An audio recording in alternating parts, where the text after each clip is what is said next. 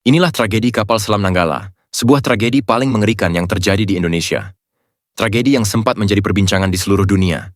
Dan apa yang terjadi selama tragedi ini terasa sangat mencekam. Pada tanggal 21 April 2021, kapal selam Nanggala melakukan misi latihan penembakan torpedo di Laut Bali. Kapal selam itu membawa 53 awak yang dipimpin oleh Komandan Letkol Heri Oktavian. Misi ini awalnya berjalan sesuai rencana. Pada pukul 3 pagi, kru kapal Nanggala meminta izin untuk menembakkan torpedo. Namun, 30 menit berselang, komunikasi dengan Nanggala tiba-tiba terputus. Pada pukul 9.30, TNI Angkatan Laut memberi pengumuman soal kemungkinan kapal Nanggala tenggelam. Misi pencarian pun segera dilakukan dengan melibatkan bantuan dari banyak negara.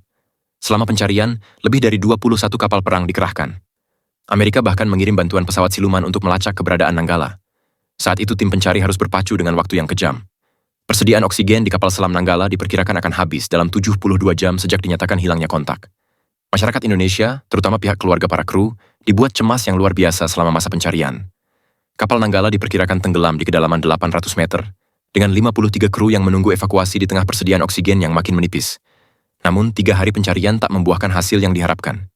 Hingga pada tanggal 25 April, TNI Angkatan Laut akhirnya menyatakan kapal selam Nanggala tenggelam dan seluruh krunya telah gugur.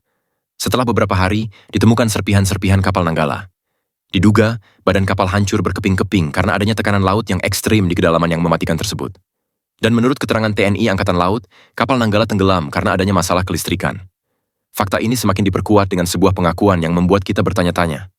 Letkol Heri Oktavian, sang komandan, pernah mengeluhkan soal kualitas perawatan kapal yang tidak memuaskan.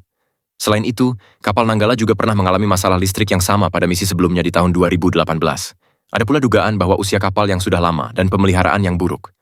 Meskipun pihak berwenang menyatakan kapal layak beroperasi, teori konspirasi menunjuk pada usia kapal yang sudah tua. Buatan Jerman tahun 1977.